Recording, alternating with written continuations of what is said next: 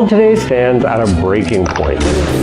Which looks to be going in the wrong direction. But why? How did we get into this crisis? If we're going to stop inflation, we must do it now. Not with bigger government. It takes better government. That's what we owe ourselves and our children. That's why I'm running for president. Only one man has the proven experience we need. Ronald Reagan for president. Let's make America great again. The fourth turning theory, developed by historians William Strauss and Neil Howe, argues that history moves in reoccurring cycles roughly the same length as a human lifespan. Each cycle is divided into 4 generational turnings: high, awakening, unraveling, and crisis. Each phase shaped by its own generation, from baby boomers to Gen Xers, millennials, and the upcoming Gen Z. But at the end of each cycle, our culture undergoes a transformative crisis, known as a fourth turning. This crisis reshapes our society and cultural values. Our fourth turning is now. But what does that actually mean for you and I and America? Hi. Imagine a world where institutions are strong, social trust is high, and optimism fuels a booming economy. This was America in the late 1940s and 50s, the high phase of the most recent saculum, following the upheaval of World War II. With the war over, the nation turns its focus to rebuilding, prosperity, and unity, ushering in an era of stability that would define the silent generation as cautious, hardworking, and loyal to institutions. During this period, the country embraced stability, conformity, and collective progress. The GI Bill in 1944 expanded the middle class by providing returning veterans with access to higher education and home ownership, thus fueling the growth of suburban America. The 1950s saw the rise of Levittown, the quintessential planned community, and the dominance of television, with shows like Leave It to Beaver reinforcing traditional family values. President Dwight D. Eisenhower championed infrastructure projects like the interstate highway system, which further connected the nation. While cultural figures like Elvis Presley began shaping the emerging youth identity, blending African American rhythm and blues with mainstream rock and roll. But beneath the surface of prosperity, tensions simmered. The rigid expectations of the era, nuclear families, corporate loyalty, and cultural homogeneity laid the groundwork for a coming rebellion. The silent generation, despite their reputation for conformity, produced key figures who would later challenge the very order they were raised in, from Martin Luther King to Gloria Steinem and Noam Chomsky. Though young in this era, they would go on to lead the civil rights, feminist, and intellectual movements that shattered the status quo in America. The seeds of change were already being planted. As the next generation, the baby boomers grew restless, cracks began to appear, setting the stage for the awakening, a period of questioning, upheaval, and cultural revolution. To understand how the seeds of rebellion took root, let's explore the next phase, the awakening. The awakening. Picture a society that seems stable on the surface but is bubbling with tensions beneath. The 1960s and 70s marked America's awakening, when the post-war order was challenged by a wave of cultural, spiritual, and political upheaval. The baby boomers coming of age rejected the conformity of their parents' world and demanded change, while a new generation, the Gen Xers, grew up in the midst of this turbulence, shaped by the instability and shifting values around them. This period saw an explosion of activism, questioning, and rebellion. The civil rights movement reached its peak with landmark events like the March on Washington, when Martin Luther King Jr. delivered his famous "I Have a Dream" speech, and the Civil Rights Act was introduced and ultimately outlawed segregation in America.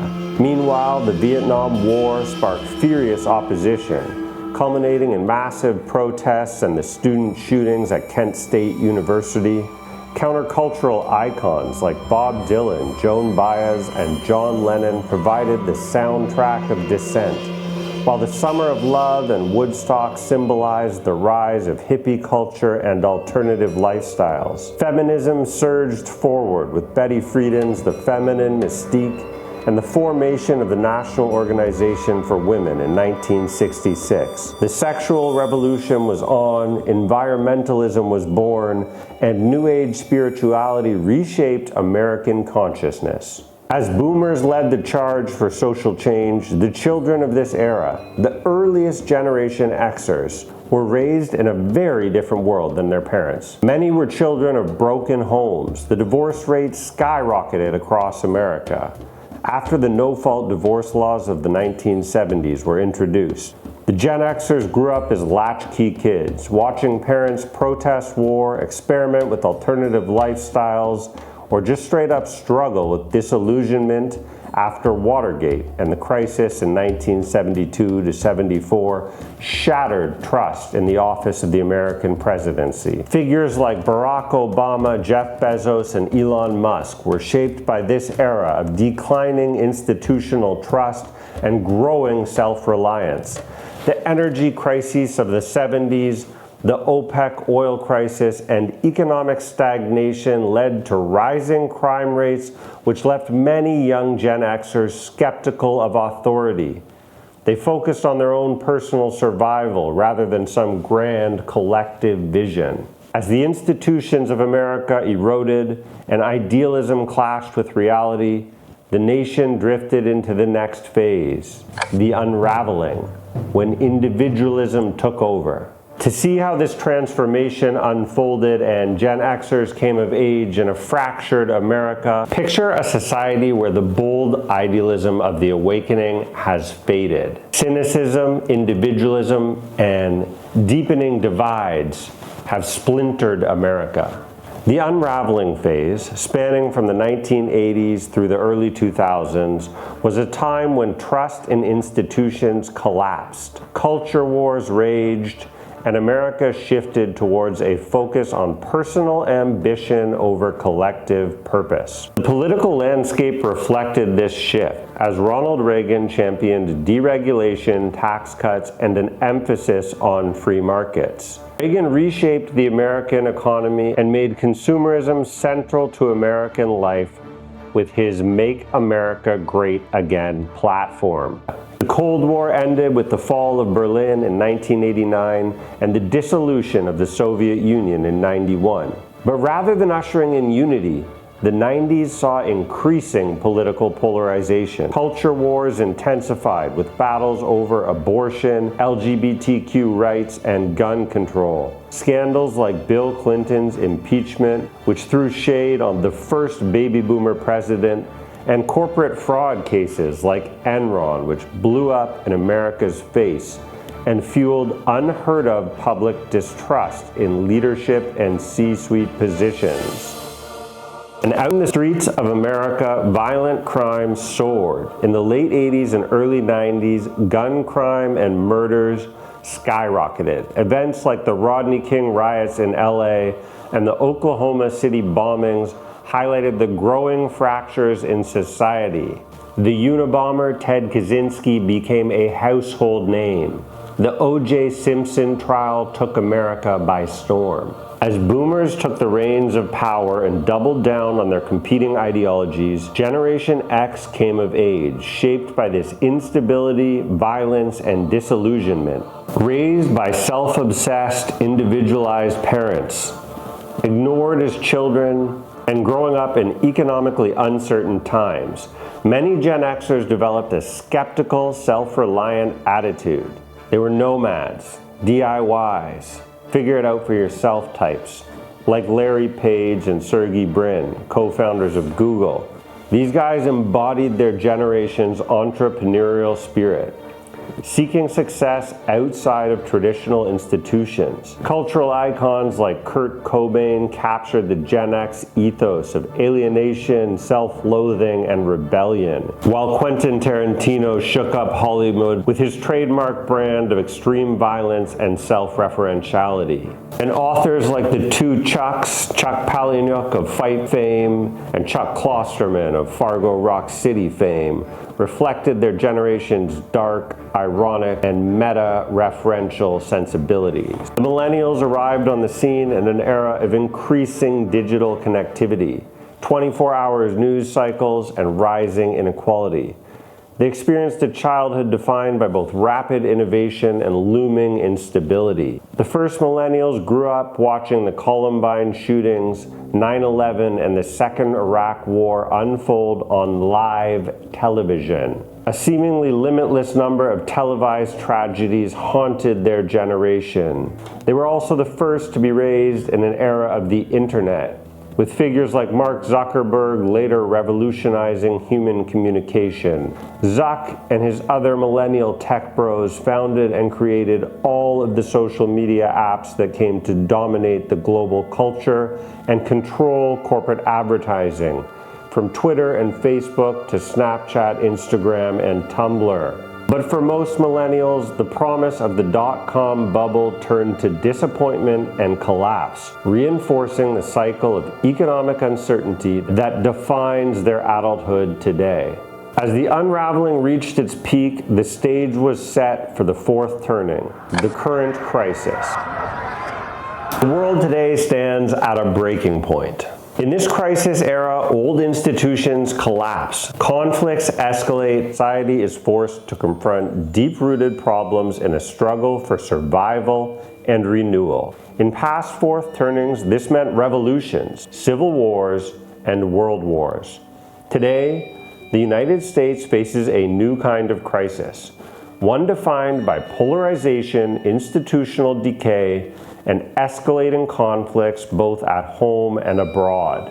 This era, described by Neil Howe as a period of regeneracy, is marked by rising tribalism as the country fractures along ideological lines, setting the stage for a climactic resolution that will determine the nation's future. The crisis era began in 2001 with 9/11, which shattered America's post-Cold War complacency and led to 2 decades of war in the Middle East. But rather than uniting the nation for long, the War on Terror, the Patriot Act, invasion of Iraq sparked bitter political divisions that have only grown deeper with time. The 2008 financial crisis further eroded trust elites, as millions lost homes and jobs while banks were bailed out.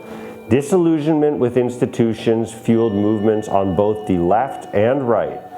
Occupy Wall Street began in 2011, protesting economic equality and bailouts of big banks, while the Tea Party in 2009 pushed back against government expansion, foreshadowing the populist wave to come. By the 2010s, the divide in American society had hardened.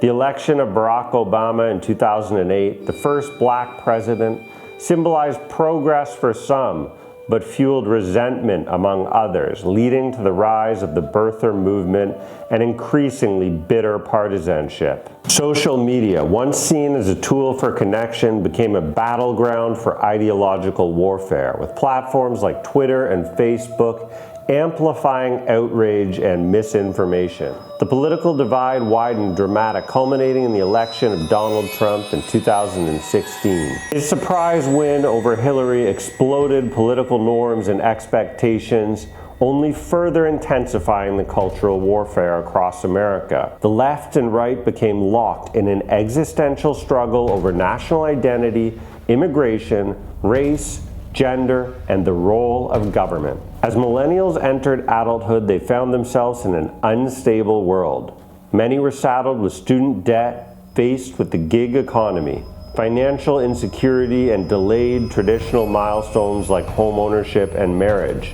At the same time, they became the most politically engaged generation in decades, leading movements like Black Lives Matter, March for Our Lives, and climate activism. Meanwhile, Generation Z came of age in a fully digital world, the only generation ever to have been born with iPhones strapped to their baby strollers. Their childhood has been shaped by mass shootings, economic crises, and a culture of hyper-polarization. As the first Trump presidency escalated tensions, American politics reached new levels of hostility. The COVID-19 pandemic became yet another battleground as debates over lockdowns, vaccines, and government authority deepened and furthered the national divide. The George Floyd protests in 2020 and the January 6th Capitol riot in 2021 highlighted the nation's internal conflicts, exposing America's weakness to the world. The 2020s talk of civil war, secession, and national decline has entered the mainstream media. This discourse reflects just how far the unraveling and crisis has progressed. Soon the fourth turning will reach its peak, a violent cultural climax. Historically, this phase ends with a moment of resolution, a great war, a revolution, or major institutional restructuring. But how will the United States emerge from this crisis? Possibly with a renewed sense of national identity, possibly damaged beyond repair. Will a unifying leader or a global crisis or war force the nation back together? Or will division lead to further collapse? As we move closer to the climax of this era, the future remains uncertain. All that we know for sure is that the fourth turning crisis in America is right now. I'm Evan A. Jordan. Thanks for watching. Click here to learn more about the weird, wonderful, and what the F that they just won't teach you in school.